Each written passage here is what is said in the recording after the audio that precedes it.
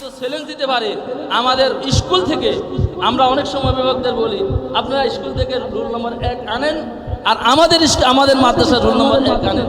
ইংলিশের মধ্যে শুধু, অন্য বিষয় না, ইংলিশের মধ্যে আমরা চ্যালেঞ্জ করতে পারবো ইনশাআল্লাহ। একে একে চ্যালেঞ্জ হবে, ওই ক্লাসের ওই 6 এর 1 আর এখানের 1, ওই স্কুলের 1 আর আমাদের 1 ইনশাআল্লাহ। অঙ্ক ইংরেজিতে ইনশাআল্লাহ আমি আশাবাদী আমাদের ছাত্ররা সামান্য হলেও তাদের থেকে উত্তীর্ণ হবে, সামান্য হলেও তাদের থেকে এগিয়ে যাবে।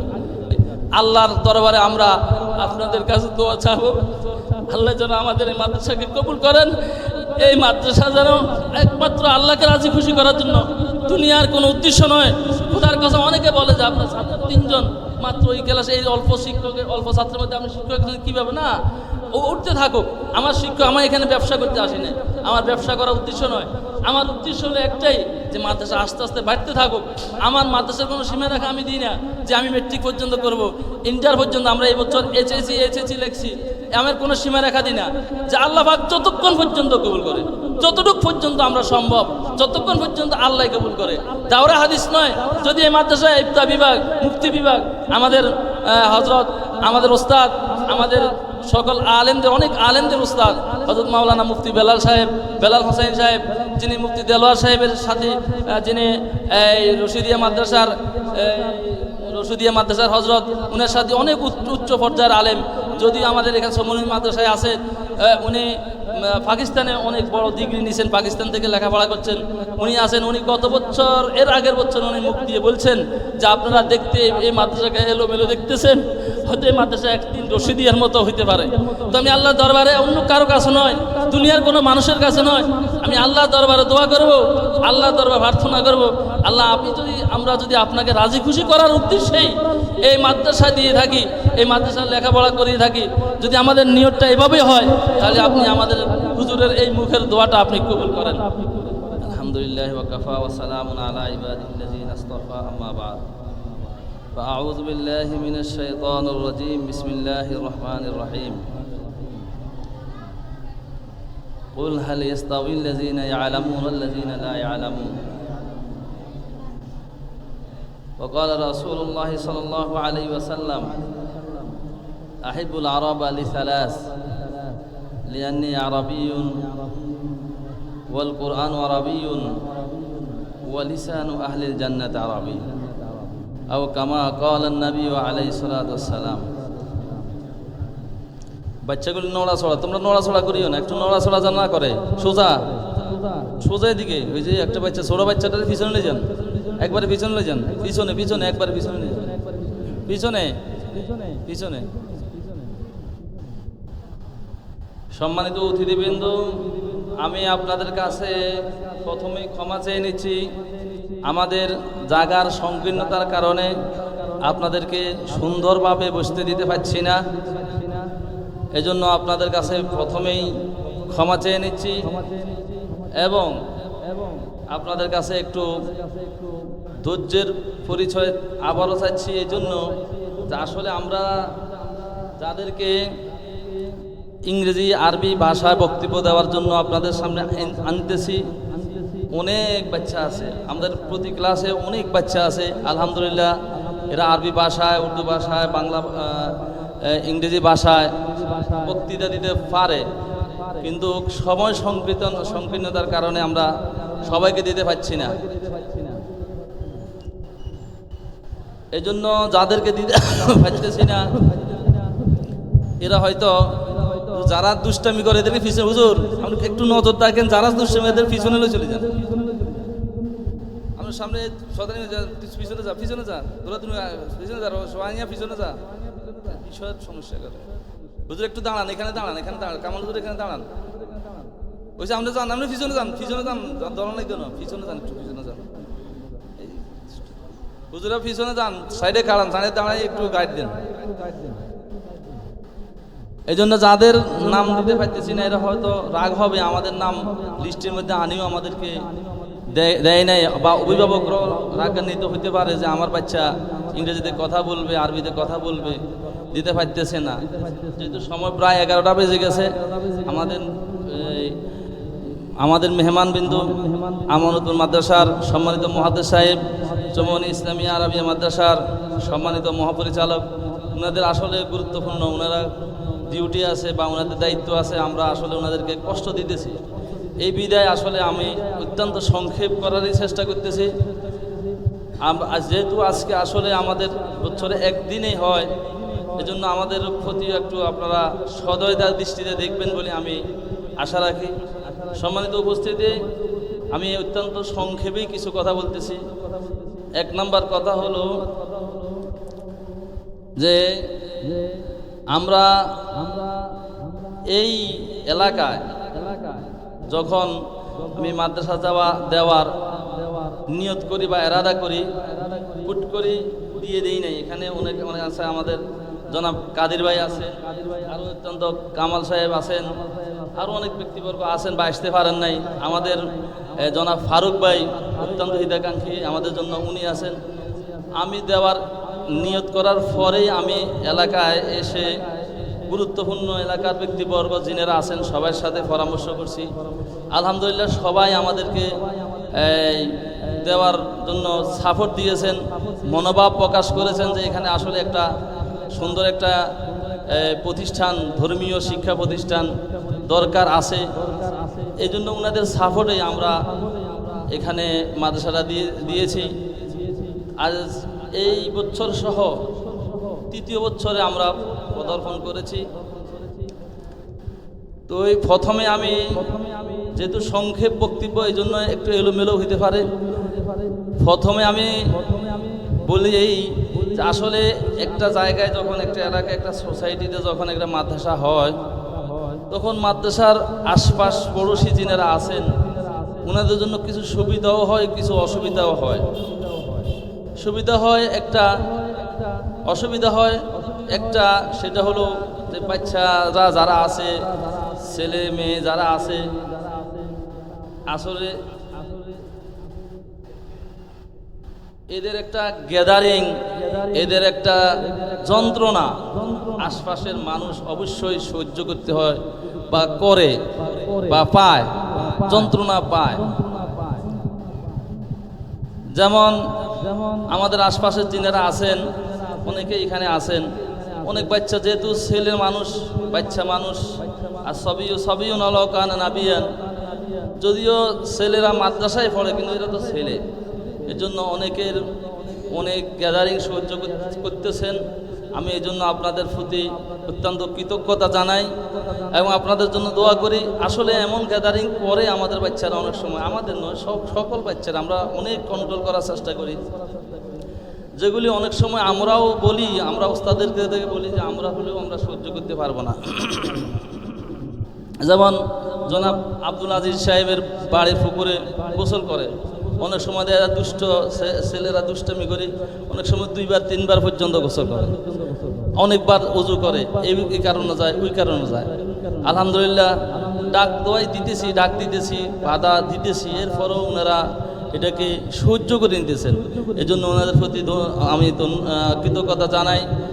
আরও বিশেষ করে ওনার নাম স্মরণ না করলে নয়, আমাদের জনাব ওমর ফারুক ভাই, আসলে উনি আমার মনে হয় আমার কাছে থাকে লাগে একটা মাদ্রাসার ফার্স্ট থেকেই উনি হযরত ইব্রাহিম আলাইহিস সালাম যেভাবে জান্নাতের মধ্যে বা আসমানের মধ্যে বাচ্চাদেরকে নিয়ে একটু খেলাধুলা করে বাপ হিসাবে আমাদের ওমর ফারুক ভাই, আল্লাহ ওনাকে হায়াতে তৈবা দান করুক, দীর্ঘ হায়াত দান করুক। আমাদের সাথে সম্পর্ক সেও আমাদের বাচ্চাদের সাথে সম্পর্ক বেশি, কি চেহারা, কি ছোট কি বড়, সবাই নাতি, সবাই ওনার ঘরে ঢুকি, নিজেরা বিরিয়ানি খাইতেছে, নিজেরা বিস্কুট খাইতেছে, নিজেরা এই জিনিস ধরতেছে, ওই জিনিস ধরতেছে। উনি ফানের কল একবার উপরে নেয়, একবার নিচে নেয়, কীভাবে বাচ্চাদের সুবিধা হবে। রাত্রে 9টার পরেও ওনার বাইরে থেকে আমরা সাপ্লাইয়ের পানি আনতেছি। এই যে ধরত, এই যে আন্তরিকতা, এই যে মানবতা, এটা কিন্তু আসলে অত্যন্ত আমাদের দ্বারাই মনে হয় সম্ভব হবে না। এই জন্য আজকের এই মঞ্চ থেকে আমি ওনার প্রতিও কৃতজ্ঞতা জানাই, ওনার দীর্ঘায়ু কামনা করি। আল্লাহ পাক ওনার ব্যবসা বাণিজ্য হার লাইনে আল্লাহ পাক ওনাকে তরাক্কি দান করুক। এবং আজকের যে প্রেজেন্টেশন আমরা বাচ্চাদেরকে দেব, এটাতেও উনি এই অর্থায়নটা উনি করতেছেন। উনি উপস্থিত থাকার জন্য অনেক চেষ্টা করছেন, আসলে উপস্থিত থাকতে পারে নাই, উনি ঢাকা জরুরি কাজ আছে। এছাড়াও আশপাশের অনেকেই এই আনোয়ার ভাইয়ের বাড়িতে, আনোয়ার সাহেবের বাড়িতে গোসল করে বাচ্চারা, ওনারাও ধৈর্য দিতেছেন যে মাদ্রাসা ছাত্র হিসাবে অনেক মানে সহ্য করতেছেন। এই জন্য আমি ওনাদের প্রতিও কৃতজ্ঞতা জানাই, এবং যিনাদেরকে জ্বালাইতেছেন, যন্ত্রণা দিতেছেন, ওনাদের প্রতি আমি এই অনুষ্ঠানের প্রথমেই কৃতজ্ঞতা পেশ করি। সম্মানিত অতিথিবৃন্দ, সম্মানিত উপস্থিতি, যেভাবে বাচ্চাদের একটা প্রতিষ্ঠান যদি আপনার বাড়ির পাশে হয়, যন্ত্রণা যেভাবে আপনি পান, আপনার অসুবিধা যেভাবে হয়, আপনার জন্য অনেক সুবিধাও হয়। সুবিধা হলো কি, এখন অনেক অঞ্চলে, যেহেতু আমরা সমনি বাজারের পাশেই আছি, এটা আমরা অনুভব করতে পারছি না, অনেক অত্র অঞ্চলে অনেক এভাবে আছে যে আসলে শিক্ষা প্রতিষ্ঠানের অভাবে বাচ্চাদেরকে ভালো শিক্ষা দীক্ষা দেওয়ার সম্ভব হচ্ছে না। আর আপনার বাড়ির পাশে যদি কোনো মানসম্মত কোনো শিক্ষা প্রতিষ্ঠান থাকে, তাহলে আপনার জন্য অত্যন্ত সুবিধা, আপনার বাচ্চাকে মানুষ করার জন্য, লেখাপড়া করার জন্য। অনেক সময় দেখা যায় 1 মাইল দূরে স্কুল, 1 মাইল দূরে মাদ্রাসা, 1.5 মাইল দূরে মাদ্রাসা, কিন্তু বাচ্চাদেরকে পাঠানো যায় না, বাচ্চারা যায় না। দূরে পাঠানোর পরে ছোট বাচ্চা কে আনবে, কে নিবে, বাচ্চারা পথে যায় বসে থাকে, ইত্যাদি ইত্যাদি কারণে লেখাপড়ায় অনেক বিঘ্ন ঘটে। এই জন্য আপনাদের বাড়ির পাশে, আপনাদের এই সোসাইটিতে, আপনাদের পাশে আশেপাশে প্রতিষ্ঠান হওয়াটা অসুবিধার চেয়েও অনেক সুবিধা বলে আমরা মনে করি। এই জন্য আমাদের শুকরিয়াও আদায় করা দরকার, আল্লাহর দরবারে কৃতজ্ঞতাও আদায় করার দরকার। আসলে অনেকেই বলছেন যে আসলে মাদ্রাসার লেখাপড়া সম্পর্কে আমরা আপনাদেরকে মানে বোঝানোর মতো সময় তো এখন কম। আমরা এমন একটা প্রতিষ্ঠান বা এমনভাবে আমরা লেখাপড়া করে দেওয়ার জন্য চেষ্টা করতেছি যেটা যুগোপযোগী, অর্থাৎ যাকে বলা হয় হারফনি, বহুমুখী শিক্ষা। কাহার সাহেব কোথায়, কাহার চেহারে বসে, যেটাকে বলা হয় বহুমুখী শিক্ষা, অর্থাৎ সংক্ষেপে বুঝায় আপনাদেরকে। আমরা অনেকে আসি, আমরাও লেখাপড়া করছি কওমি মাদ্রাসায়, এখনও আছে কওমি মাদ্রাসা শিক্ষা। আমরা কওমি মাদ্রাসা শিক্ষাকে ঘৃণা করি না, কখনোই না। আমরা এখানে কওমি মাদ্রাসার সকল শিক্ষাগুলি হুজুরা বুঝবেন, হুজুরা আছেন, অর্থাৎ উর্দু, ফার্সি সব কিছু আমরা গোলস্তা, বোস্তা, মিজান, ফার্সি কিতাবটা পড়াই আমরা। অর্থাৎ কওমি কদিম নিসাবের, দারুল উলুম দেওবন্দের যে নিসাব, আমরা এই নিসাবটা পরিপূর্ণভাবে পড়াই। আবার জেনারেল শিক্ষার প্রত্যেক ক্লাস ওয়ারি সরকারি যে বইগুলি আছে, আমরা ওই সরকারি বইগুলি আমরা পড়াই। অঙ্ক, ইংরেজি, সমাজ বিজ্ঞান। কারণ কি, কারণটা সংক্ষেপে বলি, যেহেতু এই যুগটা হলো ইন্টারনেটের যুগ, এই যুগটা হলো বর্তমান যুগটা হলো কম্পিউটারের যুগ। এই যুগে ইংরেজি হার অবস্থায় প্রয়োজন। যেমন একবারে সংক্ষেপ, একবারে বলি, উদাহরণ দিই। বর্তমান যদি আমরা কোনো বাংলাদেশের কোনো গুরুত্বপূর্ণ কোনো পয়েন্টে বা কোনো পদে যদি কোনো আলিমকে নিতে হয়, তাহলে আপনি একজন ইংরেজি শিক্ষিত যিনি আলেমও আছে এবং ইংরেজিতে কথা বলতে পারে, উনাকেই নেবে। আমি বা অন্য কোনো আলেম যিনারা আছেন, বুজুর্গ, বড়, আল্লাহর কাছে অনেক দামি, ঠিক আছে হইতে পারে, কিন্তু বাংলাদেশের কোনো গুরুত্বপূর্ণ বা রাষ্ট্রীয় কোনো গুরুত্বপূর্ণ কোনো বিষয় যদি আপনাকে ডাক দেয়, তাহলে আপনার দ্বারা সম্ভব হবে না, আপনাকে নিয়োগ দেওয়া যাবে না। যেমন আমরা দেখছি, আমরা জুনায়েদ বাবনগরী রহমতুল্লাহ আলাই, সাকাল্লাহু সারাহু ওয়া জালাল জান্নাতা মাসওয়াহু, উনার কাছে আমরা ফুটছি, ভাগ্য আমাদের হয়েছে, ভরার ভাগ্য হয়েছে। উনি বৃদ্ধ বয়সে ইংরেজি ভাষা শিখতেছে। মুফতি কেফায়েতুল্লাহ সাহেব, বড় মুফতি, যিনাকে সুপ্রিম কোর্টেও অনেক সময় ডাকা হয়, চট্টগ্রাম হাটহাজারী মাদ্রাসা, হাটহাজারী বিশ্ববিদ্যালয়ের প্রধান মুফতি কেফায়েতুল্লাহ সাহেব, আমরা দেখছি বৃদ্ধ বয়সে ইংরেজি শিখতেছে। কেন? জুনায়েদ বাবনগরী কেন বৃদ্ধ বয়সে ইংরেজি শিখতেছেন? ছাত্রদের থেকে ইংরেজি শিখতেছেন। আমাদের ক্লাসে যখন সরে আকায়েত পড়াতে আসতেন তখন উনি একটু একটু ইংরেজি সেন্টেন্স বলেন, ইংরেজি সেন্টেন্স বলি, আমাদের সাথে একটু হাসেন, অর্থাৎ উনি বুঝাইতেছেন যে আমি ইংরেজি শিখতেছি। যখন উনি লেখাপড়া করছেন, উনি মাতা পিতা ওনাদেরকে কওমি মাদ্রাসায় পড়াইছেন, আরবির উপরে, কোরআন ও হাদিসের উপরে ওনাদেরকে অত্যন্ত বড় দক্ষ করেছেন। কিন্তু আসলে ওই পড়ানোর সময় ওনারা জানে না যে ওনারা রাষ্ট্রের এত বড় পদ, এত বড় মর্যাদা ওনারা খুঁজবে।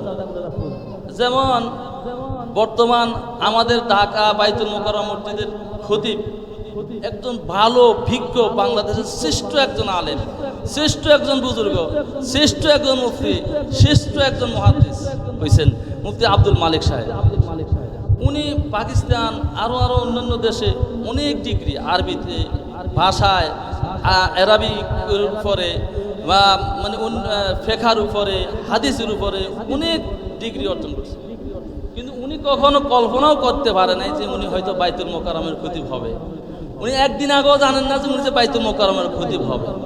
এখন দেখেন উনি বাইতুল মোকাররমের খতিব হলো।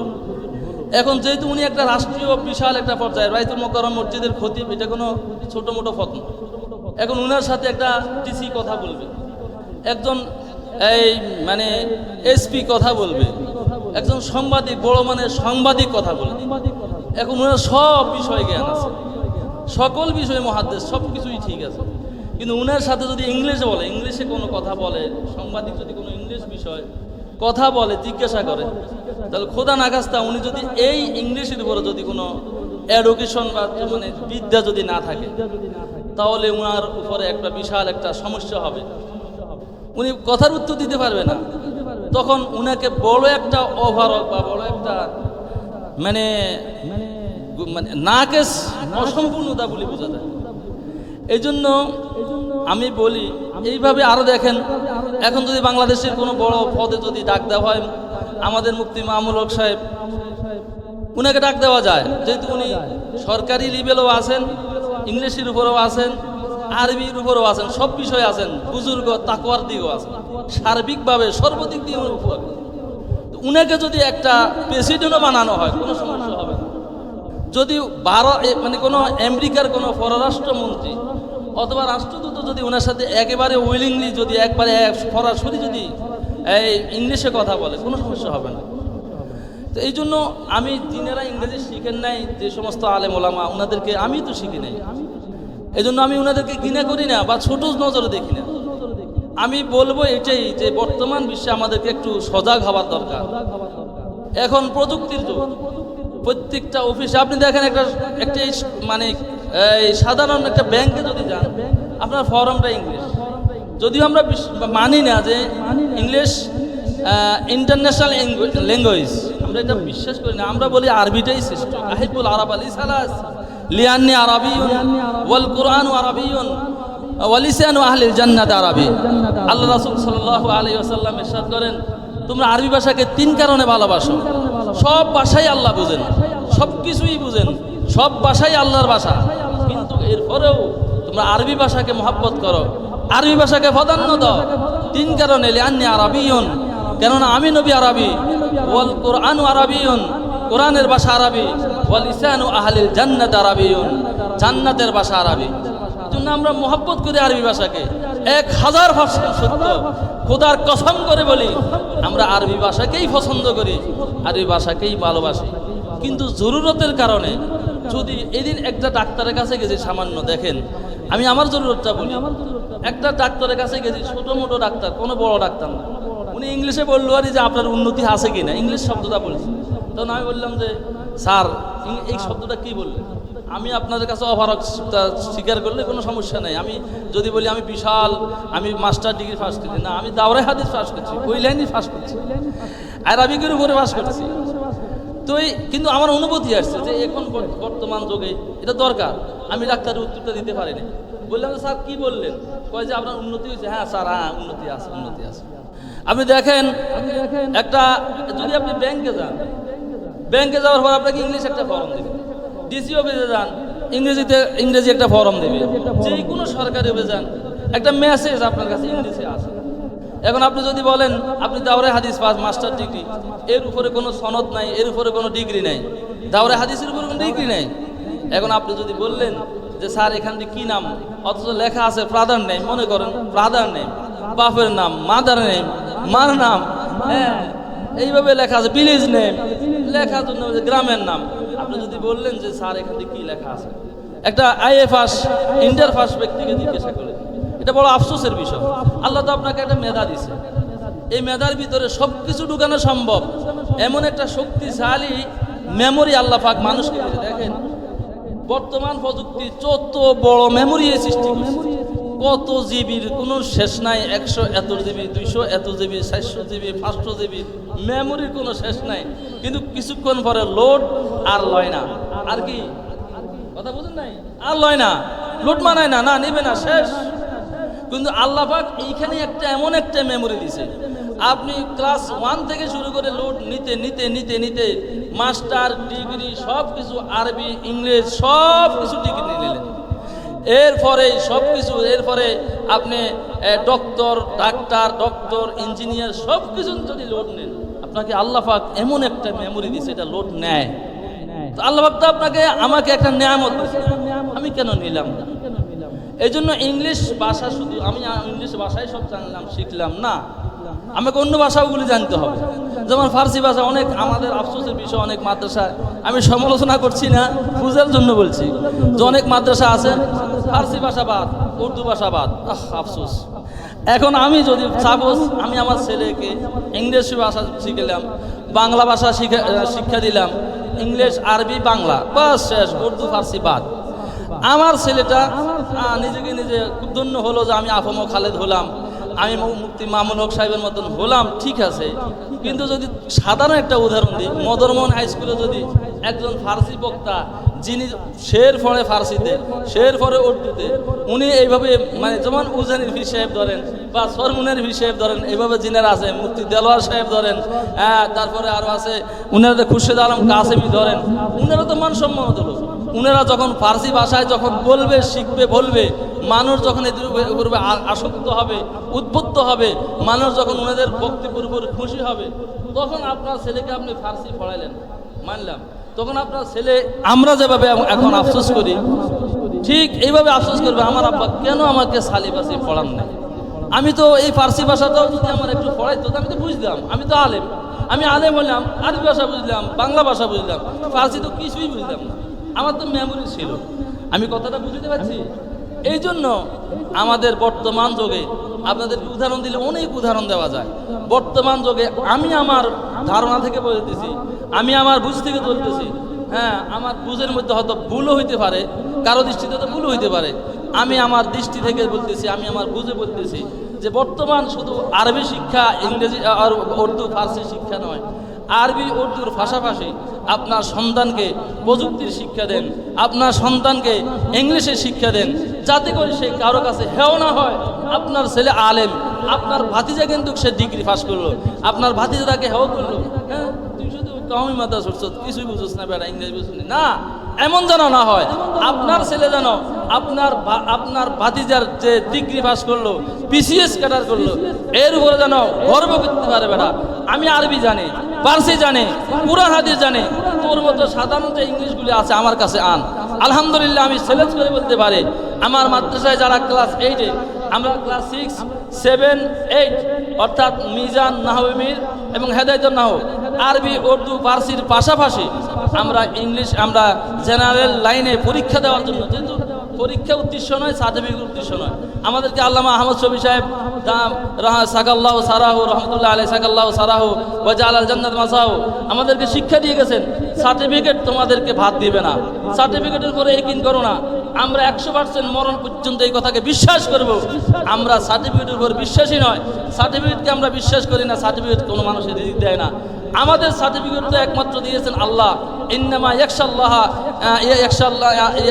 ইবাদিয়াল উলামা, যে আলেম ওলামাদের সার্টিফিকেট তো কোরআনে দিয়েছেন, হ্যাঁ ইন্নামা ইয়াখশাল্লাহ মিন ইবাদিহিল উলামা। আল্লাহ পাক আলেম ওলামার সার্টিফিকেট বড় লম্বা বলার যেহেতু সময় নাই, ওনারা কষ্ট পাইতেছে, এই জন্য সংক্ষেপে বলি, আলিম ওলামার সার্টিফিকেট কোরআন, খুদ কোরআন।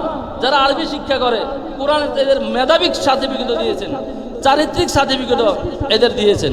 এই জন্য আমরা এই আরবি শিক্ষার কোন সার্টিফিকেটের পরে মানে বিশ্বাসী নয়, বা আমরা আরবি জেনারেল সার্টিফিকেটের পরে আমরা তাওয়াক্কুলও করি না। হ্যাঁ যখন আমরা আরবি পড়তেছি, ইংলিশ পড়তেছি, তাহলে আমি পরীক্ষা দিয়ে আমার সার্টিফিকেটটা নিতে সমস্যা কোথায়? আমার সমস্যা কোথায়? যদি কখনো আফম খালেদের মতো আমাকে আসতে হয়, যদি কখনো আব্দুল মালিক সাহেবের মতো আমাকে যদি আল্লাহ পাক উচ্চতম স্থানে প্রধান, হ্যাঁ হইতেও পারে, আপনার কাছে কোনো গ্যারান্টি নেই। আপনার ছেলে এখন ছোট, আপনার ছেলে এখন আপনার কাছে খুব নগণ্য লাগতেছে, কিন্তু সে রাষ্ট্রীয়ভাবে নোয়াখালী জেলার অথবা কোনো ডিস্ট্রিক্টের অথবা কোনো রাষ্ট্রের কোনো প্রধান, কোনো বড় পদ পাইতে হতে পারে। তাহলে তখন তো তার এই ভাষাগুলি, এই শিক্ষাগুলি তাকে অত্যন্ত যোগান দেবে, অত্যন্ত উপকার দেবে, অত্যন্ত তার সাহস যোগাবে। এই জন্য আমাদের এই মাদ্রাসায় আমরা এইভাবে শিক্ষা, আপনি দেখেন, আমাদের ক্লাস 8, 6, 7 যারা আছে, যেমন তাদের ইংলিশ আপনারা যদি কেউ তদন্ত করতে দেখেন, তদন্ত করতে পারেন, আমি তো চ্যালেঞ্জ দিতে পারি। আমাদের স্কুল থেকে আমরা অনেক সময় অভিভাবকদের বলি, আপনারা স্কুল থেকে রোল নম্বর 1 আনেন, আর আমাদের মাদ্রাসার রোল নম্বর 1 আনেন। ইংলিশের মধ্যে শুধু, অন্য বিষয় না, ইংলিশের মধ্যে আমরা সিলেক্ট করতে পারবো ইনশাআল্লাহ। একে একে সিলেক্ট হবে, ওই ক্লাসের ওই 6-এর 1 আর এখানের 1, ওই স্কুলের 1 আর আমাদের 1, ইনশাআল্লাহ অঙ্ক ইংরেজিতে ইনশাআল্লাহ আমি আশাবাদী আমাদের ছাত্ররা সামান্য হলেও তাদের থেকে উত্তীর্ণ হবে, সামান্য হলেও তাদের থেকে এগিয়ে যাবে। এজন্য আমি আপনাদের এই শুধু আমাদের মাদ্রাসা আপনার ভর্তি করেন, আমি এই কথা বলবো না, শুধু আমাদের মাদ্রাসার বৈশিষ্ট্যগুলি যদি আপনার কাছে ভালো লাগে, যদি শিক্ষাদানটা ভালো লাগে, আমাদের ইংরেজি শিক্ষা ভিন্ন ভিন্ন, ইংরেজি মাস্টার ভিন্ন, অঙ্ক মাস্টার ভিন্ন, এবং সামনেও আমরা আরও ইংরেজি আগামী বছর 2-3 জন শিক্ষক নেব। ইংরেজির উপরে, আরবির উপরে আমরা আরও শিক্ষক নেব। আমাদের গত বছর ছিল 1 তালা, আলহামদুলিল্লাহ এর পরের বছর 2 তালা, 1.5 তালা ছিল ওই বিল্ডিংয়ে, আমরা এখানে আলহামদুলিল্লাহ 3 তালা নিয়েছি। আল্লাহর দরবারে আমরা আপনাদের কাছে দোয়া চাবো, আল্লাহ যেন আমাদের এই মাদ্রাসাকে কবুল করেন। এই মাদ্রাসা যেন একমাত্র আল্লাহকে রাজি খুশি করার জন্য, দুনিয়ার কোনো উদ্দেশ্য নয়। খোদার কথা অনেকে বলে যে আপনার ছাত্র 3 জন মাত্র এই ক্লাসে, এই অল্প ছাত্রের মধ্যে আপনি শিক্ষক কীভাবে, না, ও উঠতে থাকুক। আমার শিক্ষক, আমার এখানে ব্যবসা করতে আসেনি, আমার ব্যবসা করার উদ্দেশ্য নয়। আমার উদ্দেশ্য হলো একটাই, যে মাদ্রাসা আস্তে আস্তে বাড়তে থাকুক। আমার মাদ্রাসার কোনো সীমা রেখা আমি দিই না যে আমি মেট্রিক পর্যন্ত করব, ইন্টার পর্যন্ত। আমরা এই বছর এইচএসসি লিখছি, আমার কোনো সীমা রেখা দিই না, যে আল্লাহ পাক যতক্ষণ পর্যন্ত কবুল করে, যতটুকু পর্যন্ত আমরা সম্ভব, যতক্ষণ পর্যন্ত আল্লাহ কবুল করে।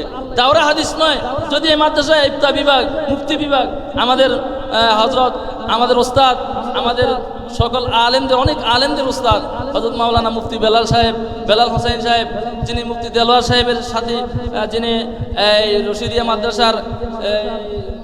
মাদ্রাসার হজরত, উনার সাথে অনেক উচ্চ পর্যায়ের আলেম। যদি আমাদের এখানে সমন্বয় মাদ্রাসায় আছে, উনি পাকিস্তানে অনেক বড় ডিগ্রি নিয়েছেন, পাকিস্তান থেকে লেখাপড়া করছেন, উনি আছেন। উনি গত বছর, এর আগের বছর উনি মুখ দিয়ে বলছেন যে আপনারা দেখতে এই মাদ্রাসাকে এলোমেলো দেখতেছেন, হয়তো এই মাদ্রাসা একদিন রশিদিয়ার মতো হইতে পারে। তো আমি আল্লাহর দরবারে, অন্য কারো কাছে নয়, দুনিয়ার কোনো মানুষের কাছে নয়, আমি আল্লাহর দরবারে দোয়া করব, আল্লাহর দরবারে প্রার্থনা করব, আল্লাহ আমরা যদি আপনাকে রাজি খুশি করার উদ্দেশ্যেই এই মাদ্রাসা দিয়ে থাকি, এই মাদ্রাসার লেখাপড়া করিয়ে থাকি, যদি আমাদের নিয়তটা এভাবে হয়, তাহলে আপনি আমাদের হুজুরের এই মুখের দোয়াটা আপনি কবুল করেন। এটাই আপনাদেরকে বলতে চাইছিলাম।